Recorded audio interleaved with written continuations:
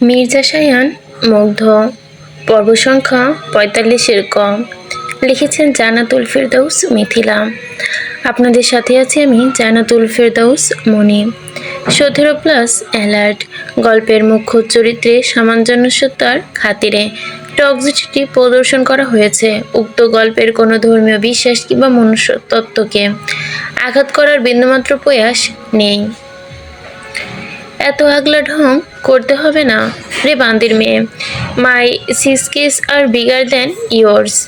কপাল গোটায় মাহি হতবুদ্ধি নেয় দৃষ্টি করল সরু। এতক্ষণে নিজেকে আড়াল করবার ব্যস্ত প্রচেষ্টায় সামান্য বিরতি টেনে কণ্ঠে একরাশ সৌগ্নিকতা ঢেলে মিনমিনিয়ে শুধালো, সিসকিস কি?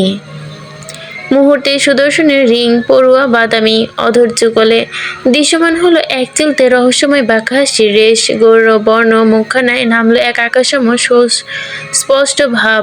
সে আলগোছে হাত সরালো সপ্তদশীর বাঁধন কোমর হতে।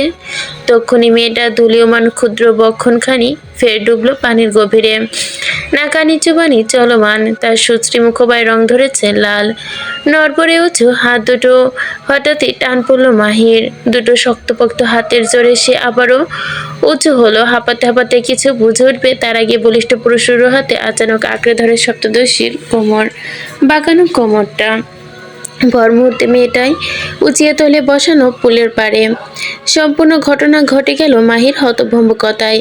ন্যানো সেকেন্ডের বিরতি তার চোখে বুঝে আসে একটিবারের জন্য। মেয়েটা হাঁপাচ্ছে, মাঘ মাসের হাড় কাঁপানো ঠান্ডা নিয়ে কাঁপছে সে। এরই মধ্যে সম্মুখ থেকে ভেসে এলো চুটকির শব্দ। সহসা নজর তুলল মাহি, চোখাচোখি হলো রুরু মানবের প্রাথমিক চৌচরা শনে। মাহি অস্থির, ঠোঁটের কোণে বাঁকা হাসির রেশ টেনে ভরাট কণ্ঠে শুধালো, You want know what is right? Then just point your I mean. হতবুদ্ধি নেই সহসা দৃষ্টি অনড় করল মাহি। উদর মনয়ন পানিতে কদম পৌঁছাতেই মুগ্ধ তার ক্ষীণ দৃষ্টি মেয়েটাতে নিবদ্ধ রেখেই মাহি দৃষ্টি সংকুচিত করলো এবার। লোকটা ঠিক কি করতে চাচ্ছে তারহীন ভাবনার মাঝে পুলের মাছ থেকে এসে হুট করে পা থমকালো সুদর্শন। বলিষ্ঠ হাত দুটোই দুধারের পানির ওপর ছড়িয়ে রেখে আচানক টান টান করে নিচের পেটানো শক্ত পোক্ত প্রশস্ত বক্ষ।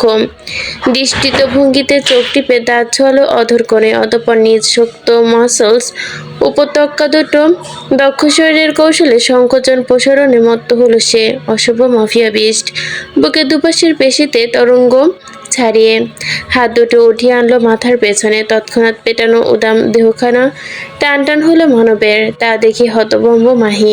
লজ্জারাঙা হলো তার পেল্লব মুখখানা। মুগ্ধ শ্লেষাক্ত হাসলো এ পর্যায়ে। মেয়েটা আরেকটু লজ্জায় ফেলতে তখনই হাত ছড়ালো নিচের বক্ষে। সেখানে খানিকটা আবেদনময়ী কায়দায় আঙ্গুল ছুঁয়ে শেষ লাগত ভঙ্গিতেই বলে উঠল, যাদের নড়চড় দেখে আপাতত তোর পেটে প্রজাপতি উড়ছে তাদেরকে রাশিয়ান ওয়ার্ডে সিসকিস বলে। ইউ ডু গেট দ্যাট বান্দির মেয়ে? নাকি কাছে এসে তোকে ছুঁয়ে বোঝাবো? সহসা আগুন লেপটানো সপ্তদশীর চোখে মুখে লোকটা তখনকার অপমানসূচক বাক্যগুলো মনে পড়তেই হাত দুটো কেমন মুষ্টিবদ্ধ হলো মেয়েটার।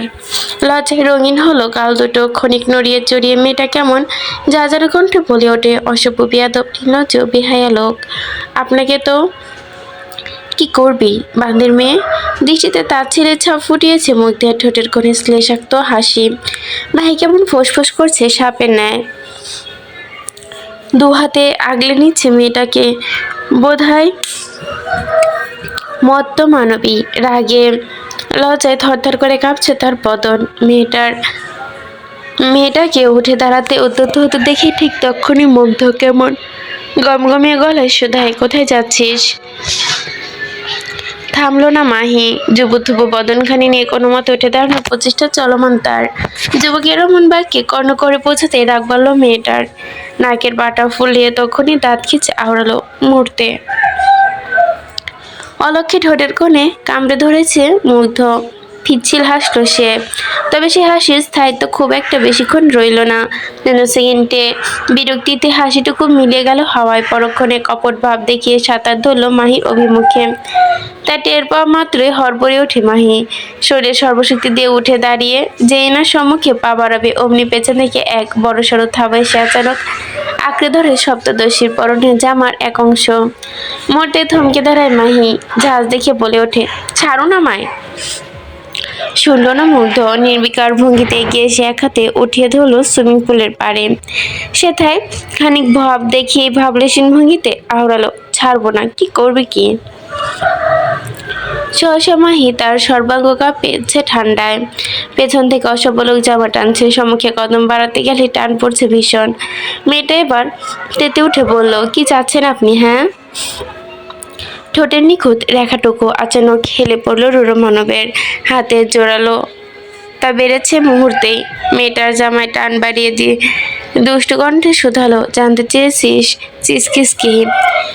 বলে ওপাশে মাই ব্রেড। আমি কিন্তু প্র্যাকটিক্যালি দেখিয়েও দিয়েছি। Now tell me, my cheeks are bigger than yours are not the. লজ্জায় কুটিল হলো মাহি। দাঁতের রুক্ষ চাপায় পিষ্ট করছে নিজ তুলতুলে অধর যুগল। পারছে না ভূভাগ চৌচির করে সেখানে টুপ করে মুখ লুকাতে। ওদিকে রুরো মানবের নিখাত কণ্ঠের গভীর থেকে দৃষ্টিকে আটকেছে মেয়েটার পিঠ বরাবর। সে থেকে ইয়ৎক্ষণ অবলোকন চালিয়ে হঠাৎ করে ঠোঁট পিষে হাসলো মুগ্ধ। দৃষ্টি অনর্থ ঘুরে বাঁকা কণ্ঠে শুধালো, সাদার সাথে কালো, নট ব্যাড, বাট শুধু কালো মেবি আরো বেশি ভালো দেখায়, সো খুলে ফেল।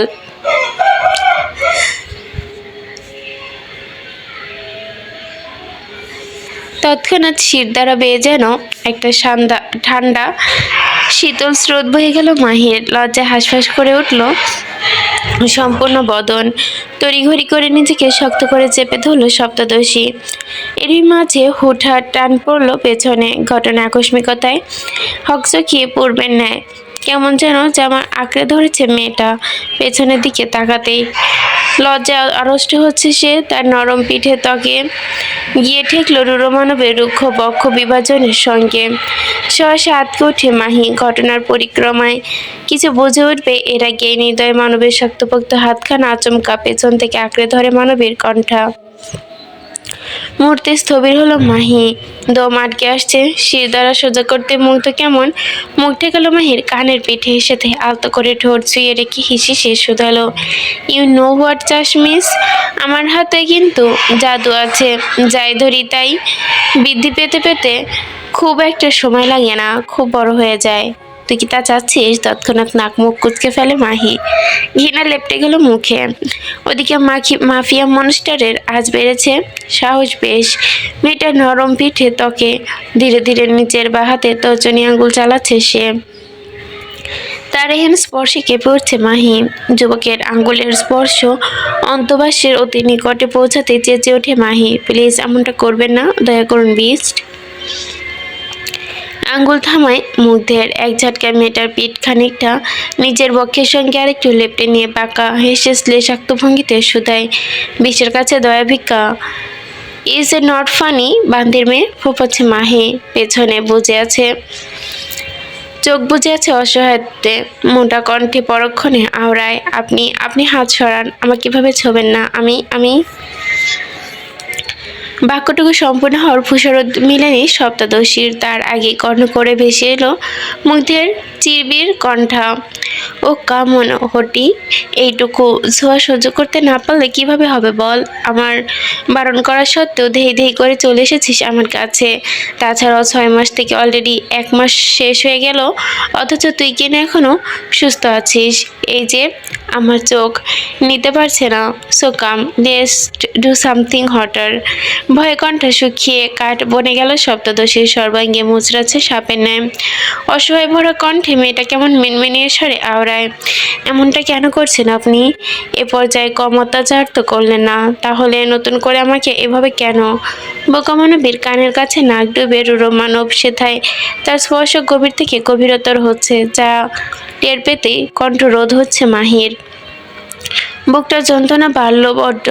এরই মধ্যে নিজ কাজে মধ্য থেকে রুরো ফিসে শুধালো, তোকে তৈরি করেছি বান্দির মেয়ে।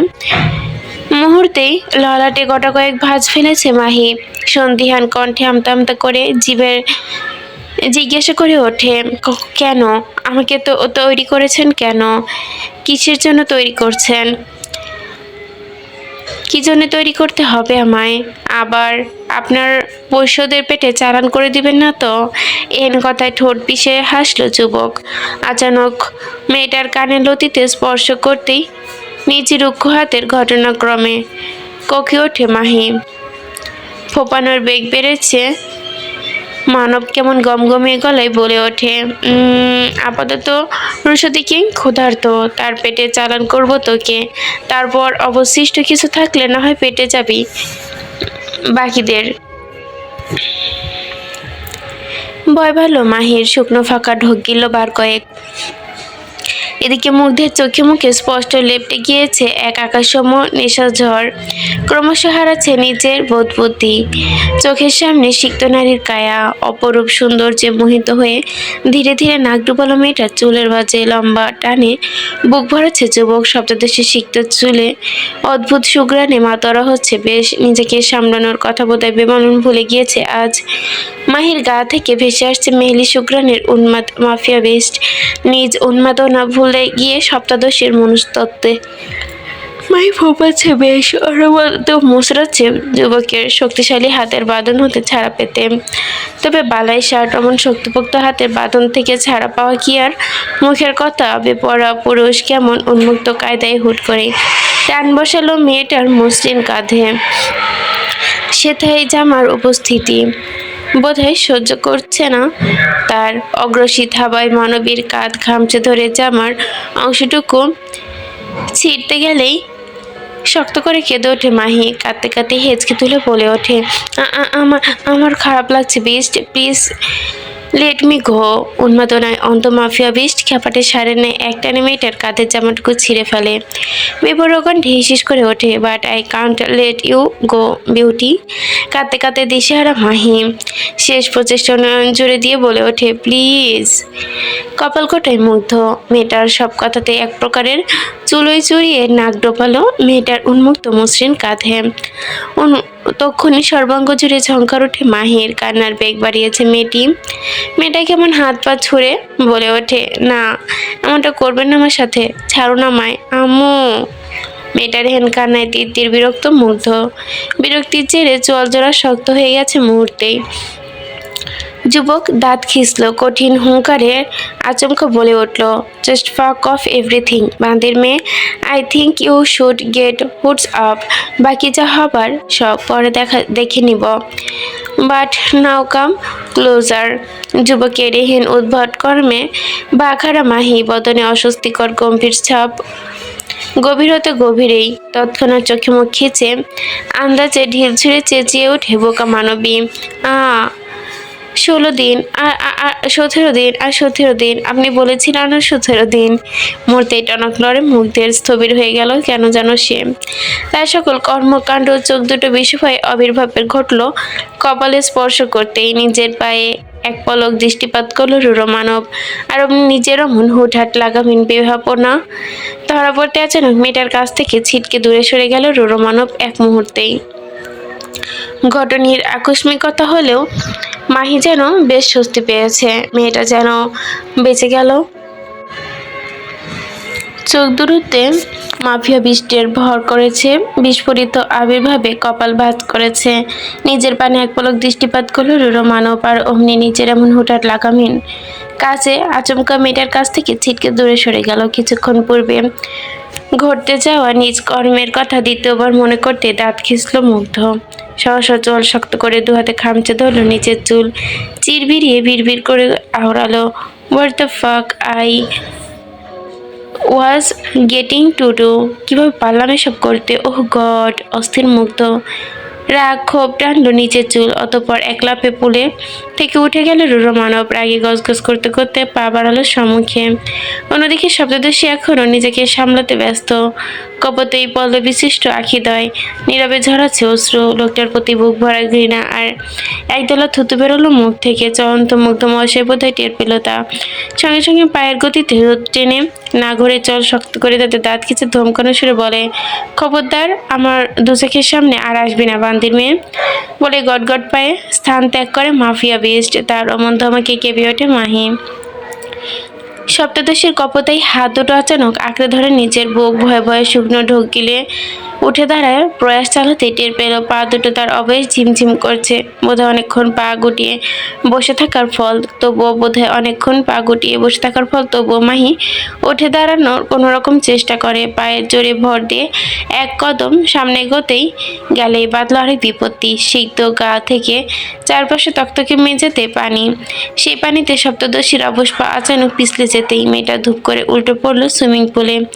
ন্যানো সেকেন্ডের ব্যবধানে ঘটে যাওয়া ঘটনার আকস্মিকতায় হকচকানোর সময় পেল না মাহি। তার আগে পানির গভীরতায় তুল্যমান হলো তার ক্ষুদ্র বদনখানি। মাথা শুদ্ধ সম্পূর্ণ শরীর একবার ডুবছে তো আরেকবার উঠছে।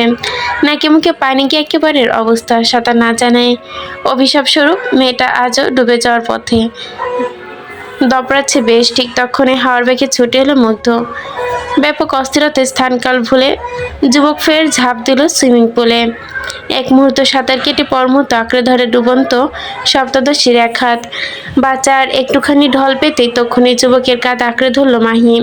এক ঝটকায় পানির গভীর থেকে মাথা তুলে আচানক মানবের হাত জোরে ধরে দু হাতে শক্ত করে আঁকড়ে ধরল যুবকের সুদৃষ্ট গলা। অতঃপর এক নিমিষেই দিন দুনিয়া ভুলে জড়িয়ে ধরল রুরো মানবকে। তখনই থমকে গেল মুগ্ধ।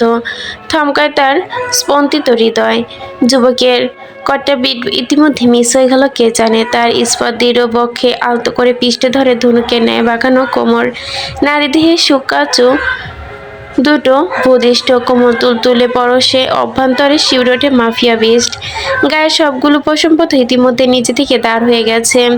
পানির গভীরতায় বলিষ্ঠ দেহখানা ডুবে থাকা সত্ত্বেও খরা নেমেছে তার কণ্ঠায়। নারী দেহের উষ্ণ কাতরতায় অতি পরিশ্রান্ত কোমল অনুভূতি। চোখ দুটো নিভে এলো মুগ্ধের। এ যে সে 3 বছর আগের ঘটনা পুনরাবৃত্তি। মেয়েটা আজ আবারও পাগল করছে তাকে। যুবক আলগোছে জিভ ঢেলে অধর বেচালো। অধর যুগলে ফাঁক গলিয়ে উষ্ণ শ্বাস বেরিয়ে এসে হিমশীতল কণ্ঠে হিসিসি আওড়ালো, ছেড়ে দে বিচ্ছি। আমি আজ আমিতে নেই। হয়তো এই মুহূর্তে আমি না চাইলে তোর চোখ অতিমাত্রায় ঘৃণিত তামাকা পাওয়ার কিছু একটা ঘটে যাবে। শূন্য না সপ্তদশী ভয়ে কাঁপছে তার সর্বাঙ্গ। পরপর নরম তুলতুলে হাত দুটো বাঁধন শক্ত হলো আরো কিছুটা। বাঁচার সর্বাত্ম চেষ্টায় বোকা নেই। তখনই তার পা দুটো উঠল বলিষ্ঠ পুরুষের পেটানো কোমরে। তরাক শরীরে জ্বলে উঠল যেন মুগ্ধের। বুকের ওঠা নামার গতি হলো তার তীব্র। পুরুষালী বিকট চিন্তাভাবনা মুহূর্তেই জেগে ধরল তার মস্তিষ্কে। হাত দুটো নিষ্পিস করে উঠল মেয়েটাকে আলতো করে ধাক্কা দেয় নিজের সঙ্গে মিশে নিতে। তবে কাণ্ড দেখো, রুরো মানব কেমন দাঁত খিচে নিজেকে সামলাতেই শটান হয়ে দাঁড়িয়ে আছে। ভয়ে তটস্থ বোকা মানবী নাক মুখ কুচকে আবারও বলে ওঠে, না না, ছাড়বেন না আমায়, আমি সাঁতার পারি না, আমাকে ওপরে তুলুন, নয়তো ডুবে যাব আমি। বুকের সঙ্গে বাদামি অধৈর্যকর লেপ্টে কাঁপছে মুগ্ধের সাথে মানবী নিচেও। ফেলে রাখা হাত দুটো তার মুষ্টিবদ্ধ হয়েছে আনমনে। কণ্ঠে নেমেছে ব্যাপক সূক্ষ্মতা। যুবক কেমন আলগোছে দাঁতের রুষ্ট চাপে পিষ্ট করছে নিজের ঠোঁট। পরপর কপট রাগ দেখে হিসিস করে বলল, নিচে ডুববি বলে আমাকেও কেন ডোবাতে চাচ্ছিস পিচ্ছি? আমি তো সেই আগে থেকেই গলা সমান পানিতে ডুবে আছি। এবার ডুব দিলে হয়তো উঠে আসা রাস্তা হারিয়ে ফেলবো চিরতরে। নিজের ভালো চাস তো আমাকে ছেড়ে দে। মাহি নাসর বান্দা নিজের বক্ষ বা যুবকের বক্ষের স্বর্ণে তীব্র ভূমিতে পিষ্ট করে ভয় জড়িত কণ্ঠে শুধায়, যা ইচ্ছা হোক, আমি ছাড়বো না আপনাকে, আমায় ওপরে তুলুন। সহসা অস্থিরতা পারল মুগ্ধের। নিঃশ্বাসের গতি হলো তীব্র থেকে তীব্র। তখনই জোরপূর্বক মেয়েটার হাত দুটো নিজ গলা থেকে সরালো মধ্য। মাহি ছাড়লো না তাকে। ঠিক ওই পা দিয়ে আঁকড়ে রাখলো মানবের কোমর। মুগ্ধ এবার ফোঁস করে নিঃশ্বাস ফেললো। অদৃষ্ট ভঙ্গিনা আচানক এক হাত শক্ত করে আঁকড়ে ধরলো মাহির ঘাড়। মেয়েটার মুখটা নিজেই বড্ড কাছে এনে সতর্কবাণী হেসে আওড়ালো, আমি খারাপ, খুব খারাপ। আমার সঙ্গ মানে ধ্বংস। এক কথায় আমি অভিশপ্ত। এই আমি নামক অভিশাপকে নিজের গায়ে মেখে নিজেকে কলঙ্কিত করতে আসিস না বান্দির মেয়ে। বিশ্বাস কর, কেউ মেনে নিবে না এই কলঙ্ক, ইভেন আমিও মানব না। তাই বলছি, ছেড়ে দে আমায়, নয়তো সত্যি কিছু একটা ঘটে যাবে। যুবকের মোটা মোটা কথায় থোড়ায় ঢুকলো বোকা মানবীর ঘটে। সে কেমন না টেনে বাঁচাতে নেই হাঁপাতে হাঁপাতে বলে ওঠে, ঘটুক বলে ফের কোমর নাড়ায় মাহি। তখনই যুবকের শরীরের প্রতিটি রন্ধ্রে ছড়ায় তীব্র আকাঙ্ক্ষা। সে হারালো নিজের বোধ বুদ্ধি, সহসা আবেশে চোখ বুজে অস্থির কণ্ঠে অস্ফুটভাবে আওড়ালো, ওহ ফাক। কতটুকু বলতে দেরি, রুরো মানবের চোখ খুলতে দেরি নেই। সে এবার নিজ উদ্যোগে আচানক শক্ত করে টেনে ধরে মাহির বাঁকানো পাতলা কোমর। পর মুহূর্তে এক ভিন্ন অগ্রসী থাবা মেয়েটার গ্রীবাদেশ আঁকড়ে ধরে। তার সুশ্রী ক্ষুদ্র মুখখানা উঁচিয়ে তুলে হিসিসে কেবল বলল, এটা করতে তুই আমায় বাধ্য করলি পিচ্চি। হতবাক মাহি কপাল গোটাতে না গোটাতেই আচানক মানবের এক হাত একযোগে আঁকড়ে ধরে মেয়েটার দুহাতের কবজি সন্ধি। অতঃপর চোখের পলকে সপ্তদশীর কপোতহী নরম তুলতুলে অধৈর্যকুল টেনে ধরে নিচের রুক্ষ অষ্টপুটের রুক্ষ চাপে। স্থবিরতায় মুহূর্তে স্থবির হলো মাহি। ছটফট করতে লাগলো তার সর্বাঙ্গে, অথচ রূঢ় মানব তাকে থোড়াই ছাড়লো। সে আজ মত্ত নিজের অষ্টপুটের তৃপ্তি মেটাতে। অবশ্যই চোখ বুজে রেখে শ্বাসক্ত টানছে মেয়েটা। তার রুক্ষ দাঁতে স্পৃষ্ট হচ্ছে, পিষ্টে যাচ্ছে সপ্তদশী নরম অধরের চামড়া। দাঁত বসাতেই নিজে উপস্থিতির ছাপ। মাহি কেমন ছটফট করছে দেখো, চোখ দুটো নীরবে ঝরাচ্ছে অশ্রু। বুক ফুলে আসছে শ্বাস না ফেলার কারণে। তবুও দায়হীন নির্দয় মানব থামছে না আজ। তার হাত দুটো বাঁধন আক্রোশ হচ্ছে ক্রমশ গভীর থেকে গভীর চুম্বনের ধাঁচে। অমৃত সুধা পান করতে মত্ত যুবক ভুলে বসেছে মেয়েটার অবস্থা। তীব্র ভয়ে, জড়তা এবং অস্ত্রতে ধীরে ধীরে জ্ঞান হারাচ্ছে মাহি। একটা সময় পাথরের ন্যায় শক্ত হয়ে আসে মানবী। নিজ নরম অষ্টযুগল ওপর মানবের এমন কুণ্ঠতা সইতে না পেরে ঠিক জ্ঞান হারালো। ঠিক অথচ সেই মুহূর্তে বিন্দুর মাত্র উদ্বেগ নেই। মুগ্ধের সে কেমন নিজ কর্মে মত্ত। প্রায় বেশ কিছুক্ষণ রুদ্ধ দীর্ঘ চুমনে অবশেষে রূঢ় মানব হুট করেই মুখ গহ্বরে স্বাদ পেল তীব্র ক্ষারীয় কিছুর। আর অমনি কপালে ভাঁজ পড়ল মুগ্ধের। চোখের মুহূর্তে সরালো নিচের পর্দা। অবচেতন মুখখানা হওয়া মাত্রই ধীরে ধীরে অষ্টপুট ছাড়লো নির্দয় মানব। জ্ঞানহীন মেয়েটাকে নড়বড়ে মস্তক খানিকটা ঢুলে পড়তে গেলে আলতো করে মেয়েটার মাথাটা নিচের বুকের সাথে চেপে ধরে নির্দয় মাফিয়া বিষ্ট। কোনো বাস বিছানো ছাড়ে আচানক মেয়েটার মাথায় বসালো এক সুতীব্র চুমু। সেথায় ঠোঁট ছুঁয়ে তীব্র গতিতে নিঃশ্বাস টানতে টানতে আবেশে বুঝলো নিজের চোখ। পরক্ষণে কেমন ভঙ্গুর কণ্ঠে যুবক আনমনে শুধালো, তুই তাইফি হোসেনের মেয়ে না পিচ্চি? তুই ওর মেয়ে না? আশ্চর্য! এ কথা আওড়াতেই রাগে হৃদয়ের জ্ঞান শূন্য হয়ে পড়ে মানব। আজ সে কথা হাওড়ানোর পর এক ফোঁটা রাগ উঠছে না নির্দয় মানবের। নিজের এহেন পরিবর্তনে বড্ড অবাক মুগ্ধ। পরপর জীবনে প্রথম বুঝি আজ প্রথমবারের মতো নিজের অবচেতন মনের কোণে উত্থাপিত হওয়া বাক্যটুকু ঠোঁটের কোণে ডগায় এনে আওড়ায়, তুই যদি তাইফি হোসেনের মেয়ে না হতি, তোর গায়ে যদি ওই জানোয়ারের রক্ত না থাকতো, বিশ্বাস কর পিচ্চি, আমি বারবার জন্ম নিয়ে হলেও তোর হতে চাইতাম। শুধু তুই জানিস তুই আমার কে? তুই জানিস তোর নেশে আমি কতগুলো বছর নিজেকে আটকে রেখেছি? তবে তুই আজ এটা কি করলি? আমি কিন্তু এতগুলো বছর নিজেকে সামলে দূরে দূরে ছিলাম পিচ্চি। আমার দেহের খাঁচায় আটকে রাখা হৃদয়টাকে আমি যাযাবরের ন্যায় চুপ করিয়ে এসেছি। তবে তুই কেন হুট করে ওই চুপ করে থাকা হিংস্র হৃদয়কে জাগাতে গেলি? এবার আমি কি করব? প্রতিশোধ নিব নাকি যাযাবরের ন্যায় তোকে লুকাবো আমার হৃদয়ে?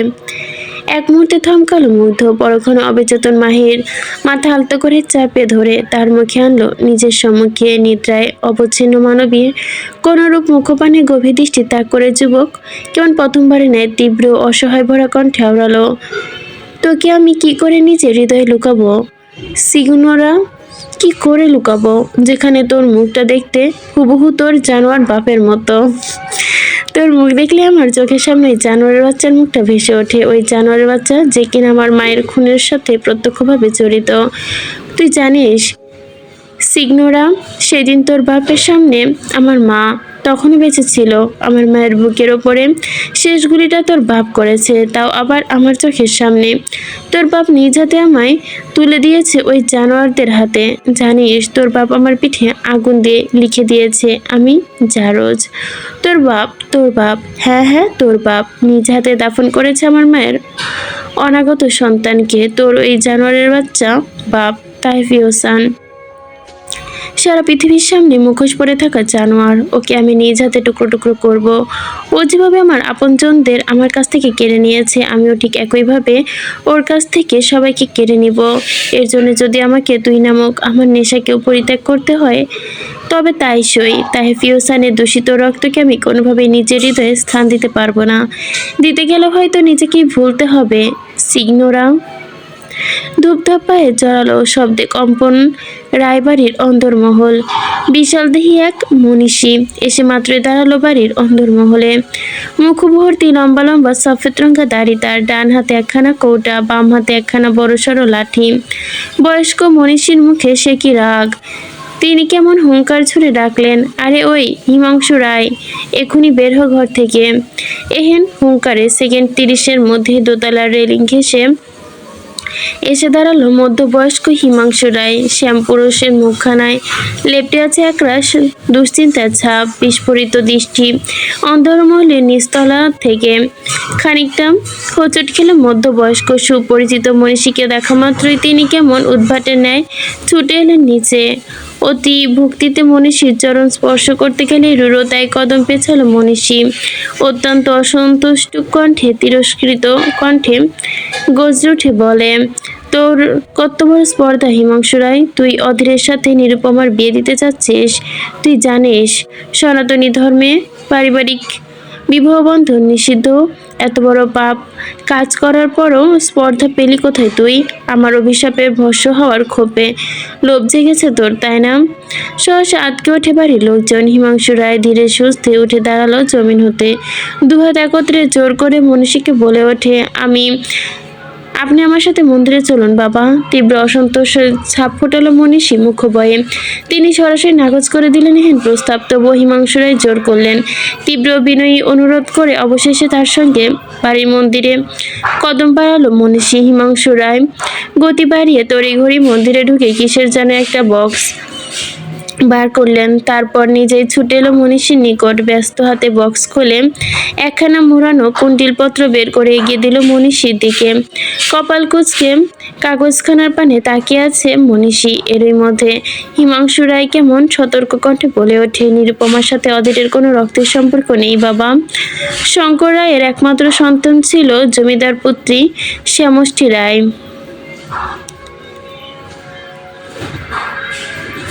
আর তারই সন্তান হচ্ছে অধীর রায়। আমি সমষ্টির আপন দাদা নই, আর শঙ্কর রায়ের বিশ্বস্ত সঙ্গী দেব মল্লিকের সন্তান, যে কিনা বড় হয়েছে রায়বাড়ির সন্তান হিসেবে। এখনো এই গল্প বা উপন্যাস যেটাই বলেন, এটার অনেক অনেক অনেক অনেক রহস্য বাকি, যার এক কানাতেও আমরা এখনো পৌঁছাইনি। আশা করি গল্পটা অনেক বড় হবে, আর আমাদের তো ভালো অবশ্যই লাগে। আর আপনাদের অনেক অনেক অভিযোগ যে আমি রেগুলার পর্ব দিচ্ছি না। আমি অবশ্যই রেগুলার পর্ব দিই, হয়তো বা লেট হয়।